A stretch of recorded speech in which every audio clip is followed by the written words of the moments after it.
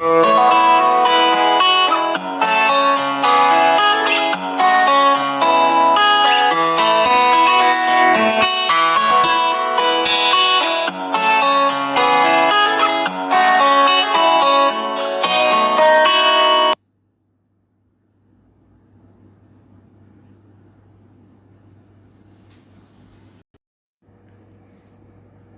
afternoon, student. Ninth Standard Social Science, History Unit 4, Intellectual Awakening and Socio-Political Changes Lesson Continuation. Children, so far we discussed about religion in the 6th century BC. What are the religions existing in 6th century BC? In China, Confucianism and Taoism. What are the teaching of Confucianism and Taoism? Zoroastrianism in modern Gulf countries. Teaching of Zoroastrianism. Impact of iron technology in India. Religion in post-Rigvedic period. And Jainism, Buddhism. In Jainism, Mahavira birth and life, and Tirthankaras and teaching of Mahavira, spread of Jainism, and split and decline of Jainism, birth of Buddha and teaching of Buddha, spread of Buddhism, Buddhism into split into two, Hinayana and Mahayana, decline of Buddhism. Now see, another one sect we called Ajvika. What is Ajvika?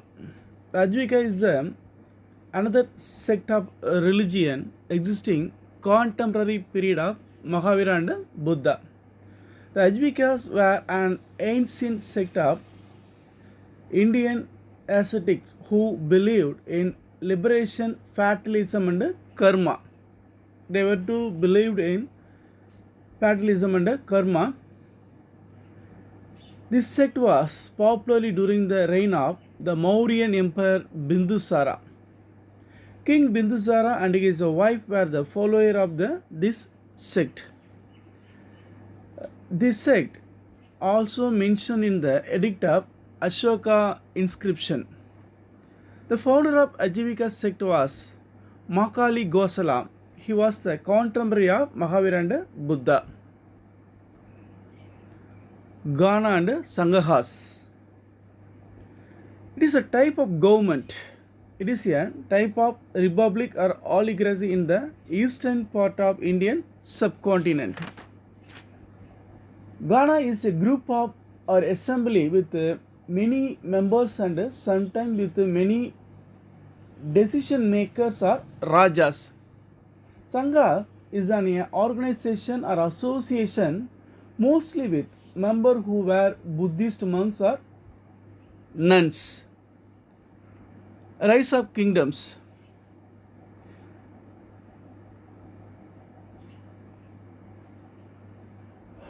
Magadha emerged as the most powerful kingdom in North India during the 6th century BC. 6th century BC witnessed the establishment of kingdoms, many government patterns. Most powerful territory in the 6th century were referred to as Magadhanapadas. The most important Magadhanapadas that time is Kosala, Magadha and Avanti. And also small Janapadas also that time. Janapadas considered of many villages and towns. Magadhanapadas, they were the powerful Janapadas. There were 16 Magadhanapadas.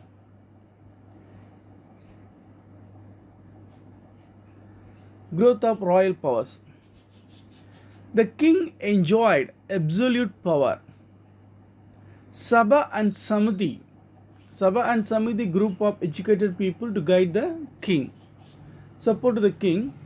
The king was now assisted by a group of officers or ministers.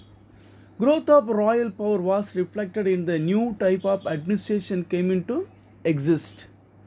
The Council of Ministers helped the administration and also king.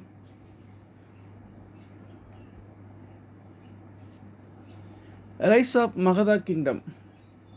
The Magadha Empire came into existence when the four Magadhanapadas, Magadha, Kosala, Vasta, Avanti, were engaged in the struggle for the supremacy from the 6th century BC to 4th century BC.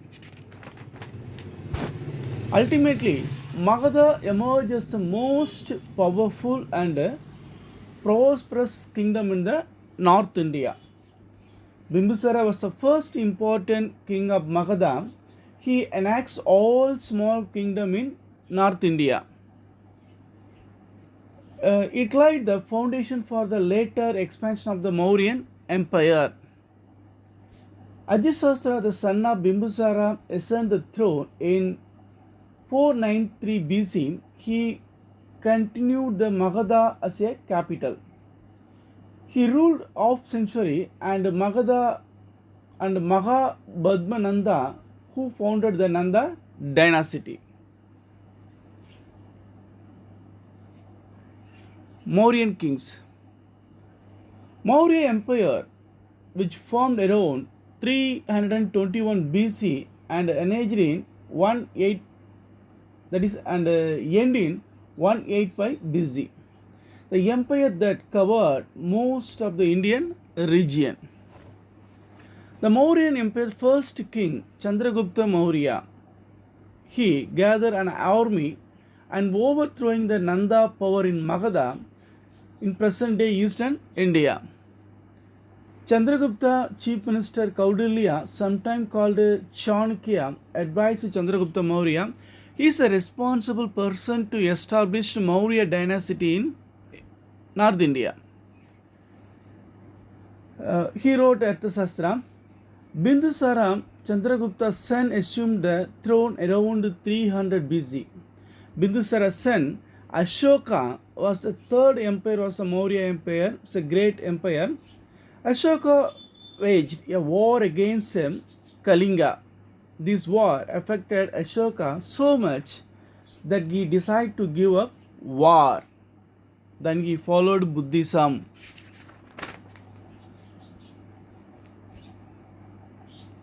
Emperor Ashoka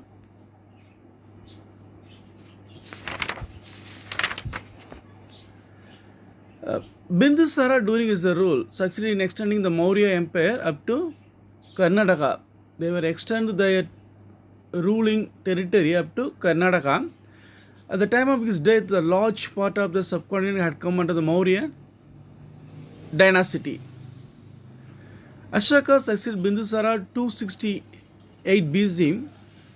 Darius bring the remaining part of South India into his empire.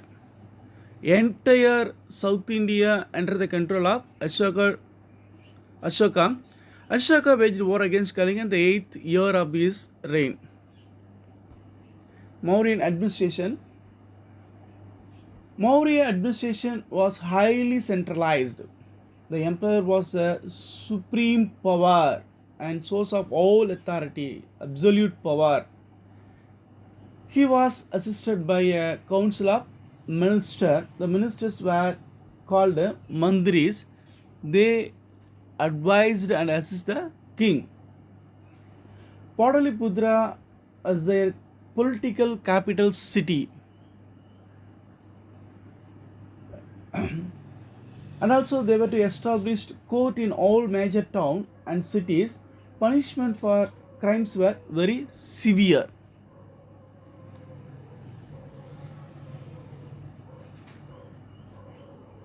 Education center.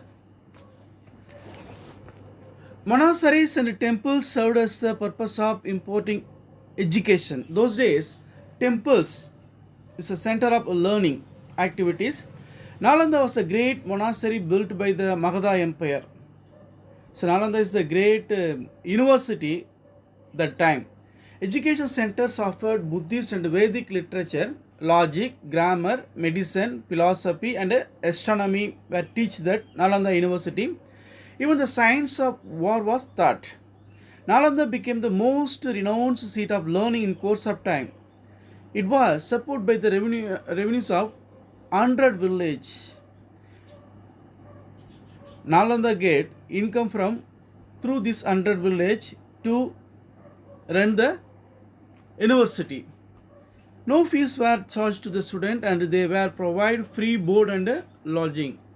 Throughout the world, number of students were studied here Nalanda University. Recap. Students, so far 6th century BC was a period of material, culture and intellectual development. Confucius ethic in China and Zoroastrian religion in Persia, Mahavira's Three Ratna and Buddha's Eightfold Path in India created a new awakening and provided a moral code of conduct to the humanity. 6th century BC was also a period that witnessed the rise of Mahajanapadas. The 16 such a chiefdom are listed with the focus on Magadha as a powerful kingdom. The Mauryan dynasty was formed by Chandragupta Maurya with the aid of Chanakya. The Mauryan administration and the greatness of Ashoka with a particular reference to his Dharma is highlighted.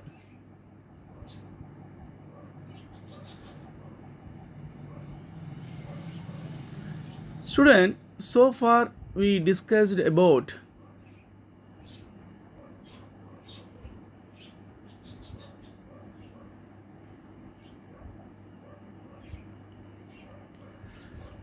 religion in 6th century BC. What are the religions existing 6th century BC? Confucianism in China, Zoroastrianism in Persia, Buddhism and Jainism in India, and Confucianism and Taoism. What is the principles and teaching of Confucianism and Taoism and teaching of Zoroastrianism? Impact of iron technology in India. Religion post Rigvedic period. Vedic period we called Rig, Yajur, Sama, Atharvana. Rigvedic period we divide into two. One is early Vedic period, another one is later Vedic period. Jainism and Buddhism. And Jainism, Mahavira birth and life and his teachings. And spread of Jainism. Split of decline of Jainism. Jainism divided into two, Tehamras and Sudembras. Birth of Buddha and his teaching. The Noble Eightfold Path. Right view, right aspiration, right speech, right action, right livelihood, right effort, right mindfulness, right contemplation or meditations. Spread of Buddhism. Buddhism split into two, Hinayana and Mahayana. Decline of Buddhism. Ajivika as a new sect. It is also contemporary period of Mahavira and Buddha. Gana Sanghas. Rise of new small kingdoms, that is Janapadas and Mahajanapadas. Growth of royal power like the Mauryan empires. Rise of Magadha kingdom. Mauryan kings and the Emperor Ashoka. Mauryan administration and the educational center of Nalanda University.